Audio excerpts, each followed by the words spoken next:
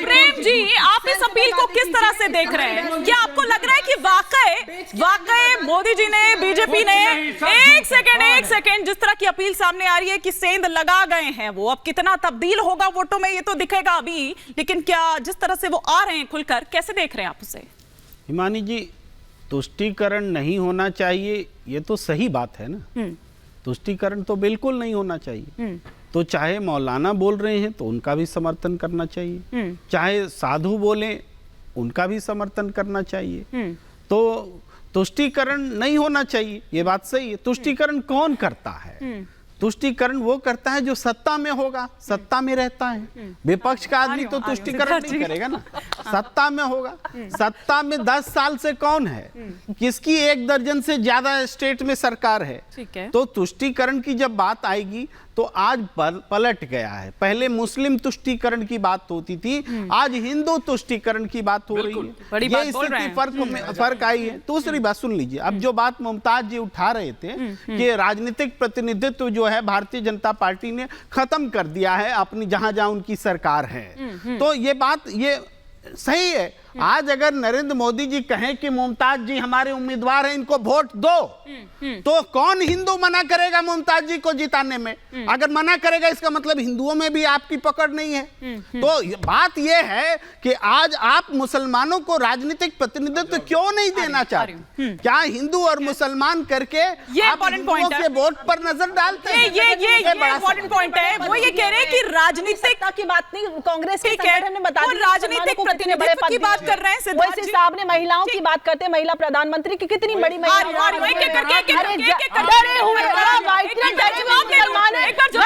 की बात करते हैं, डरे हुए मुसलमान गज़वा करने वाले शहीद हैं, ये है डरे हुए मुसलमान। एक बार जवाब ले लो। एक तो जो राजनीतिक प्रतिनिधित्व की बात की मुस्लिम्स की, और साथ ही साथ ये कि पहले मुस्लिम तुष्टीकरण होता था, अब हिंदू तुष्टीकरण होता है, ये प्रेम जी कह रहे हैं। सवाल सिर्फ 10 सेकंड, एक सवाल सिद्धार्थ जी प्लीज 10 सेकंड आप इनसे बता दीजिए, जो मुसलमान बीजेपी में ज्वाइन करते हैं, उनको ये पूरे इस्लाम से खारिज कर देते हैं, उसके बाद ये कहते हैं कि बीजेपी टिकट दे, आप उनको इस्लाम से खारिज कर देते हैं, पूरा समाज विरोध में उतर आता है और बीजेपी अपना टिकट वेस्ट करने के लिए बताइए ना, पूरा माइनॉरिटी मोर्चा बना हुआ है, उनके माइनॉरिटी मोर्चा की हैसियत क्या है? विचारधारा का सम्मान करना सीखिए। उस पर भी आऊंगा, राजनीति टिकट देंगे ना उनको। अंबर जी, आप दोनों को रोक रही हूँ, प्लीज प्लीज प्लीज प्लीज, आप दोनों को रोक रही हूँ, दोनों को रोक रही हूँ। अंबर जी एक एक करके प्लीज प्लीज प्लीज, एक एक करके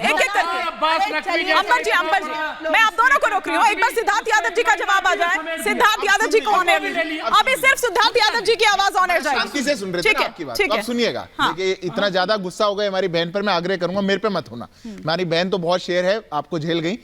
अब सुनिए बात, क्योंकि इनकी बात 70 साल से चली जा रही है, इस तरह से नहीं, हाँ 70 साल से चली जा रही है। ये बात क्या है? ये टिकट दे दो, ये मंत्री बना दो, माइनॉरिटी में ये बना दो, उससे घर में रोटी आती है क्या? उससे मुसलमानों को क्या मिला? नहीं तो यादव को क्यों बना दिया? अगर आज बताइए, दलित और ले आए। नहीं एक मिनट, आप प्रेसिडेंट क्या कहते हैं कि मैंने आदिवासी से बना दिया? क्यों कर रहे थे? एक एक करके देखिए आपकी एक बार उनको कंप्लीट करने देते, एक बार कंप्लीट करने देते। अभद्रता करने की क्षमता ज्यादा है। आप सुनिए बात को, मैं एक मिनट उनका जवाब बोला। अब अभद्रता नहीं क्या बात है, इनके दिमाग में एक फितूर बैठ गया और इसीलिए तुष्टीकरण कहलाते थे। आज अगर 17,000 गांव में पहली बार बिजली पहुंची तो ये पूछ के नहीं पहुंची कि किसका घर मुसलमान का है, किसका हिंदू का है। अगर सिलेंडर मिल रहे हैं 25% लाभार्थी उसमें मुसलमान परिवार है, इनको पचेगा नहीं। अगर आवास मिल रहा है, तो 25%। ये तो बुनियादी चीज है, बात सिर्फ बुनियादी चीज ही दोगे बाकी सब इतिहास के बाद। मैं आपको एक बात बताऊं, मेरी आवाज इतनी तेज है कि आप बोलना चाहेंगे ना पूरे शो में नहीं बोलने दूंगा। अब आप सुन लीजिए, आपके वाले स्तर पे नहीं जा पाऊंगा। इसलिए इतिहास में जो मूलभूत चीजें हैं वो कभी भी अगर एक समाज को नहीं दी गई, इसलिए तो आज समाज आके आपसे पूछ रहा है कि झुंझुना पकड़ा देते थे, कहते थे 2 सांसद दे दिया, 1 मंत्री दे दिया और मूलभूत चीज नहीं दी।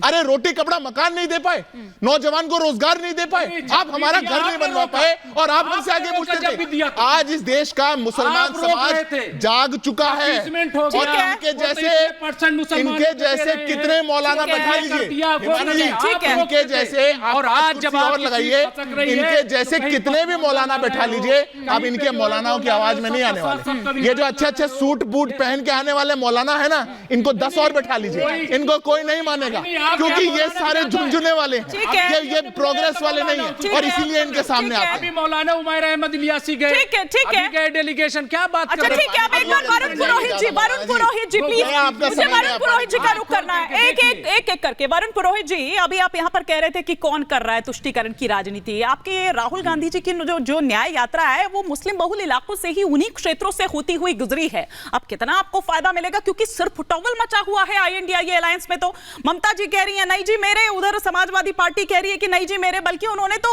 वो सीट्स तक नहीं दी आपको जो मुस्लिम बहुल सीट्स आप मांग रहे थे। उन्होंने कहा भैया एक बार BSP को दे दिया है, नुकसान झेल लिया है, अब दोबारा नुकसान नहीं झेलना है। आप छोड़ नहीं रहे थे, वो दे नहीं रहे थे। हिमानी जी आपसे रिक्वेस्ट करूंगा, आप क्लास टीचर हो इस क्लास के, तो ये बीच बीच में जो बिल्कुल डिबेट का कचरा करते हैं इनको रोका करो। दूसरा क्या है, अभी सिद्धार्थ भाई क्या करते हैं, 70 साल इनको अभी तक ये दिमाग में नहीं आ रही भाई। 70 में तो आपके 5 साल मोदी जी के भी आ गए, अटल जी के भी 7 साल। अरे आपका गड्ढा ही भर रहे थे 5 साल, इसलिए गिना देते हैं कई बात करते तो डैम्स किसने बना? पहले दिन में तार नहीं आती ना बिजली की, फिर आपके चाय पकौड़े के ठेले शुरू हो गए। मैं नहीं बोला था ना आपके बीच में? अरे मैं नहीं बोला था ना आपके बीच में? आप तो 2.5-3 मिनट बोलिए, नहीं बोला था ना बीच में आपको? आप सुन लो आप, डैम किसने बनाए उसके बाद ही बिजली पैदा होती है ना, और बॉटलिंग प्लांट लगे उसके बाद ही सिलेंडर गैस के फिल होते हैं। ये सब चीजें मत गिनाओ देश को। जैसे जैसे 75 साल में हर प्रधानमंत्री ने योगदान दिया, सब सरकारों ने दिया, मजदूर ने दिया, किसान ने दिया, हमारे पूर्वजों ने दिया, जब आप इस स्टेज पे हम पहुंचे। इसलिए मत करो कि सब कुछ मोदी जी ने कर दिया और बाकी किसी ने कुछ नहीं किया। दूसरी बात, इनके अगर मुसलमान और हिंदू सारे इनको वोट दे रहे, 400 पार के पूरी 543 ही आपकी आ जाएंगी, लक्षद्वीप तक कूद की सीटें सारी आपकी आ जाएंगी।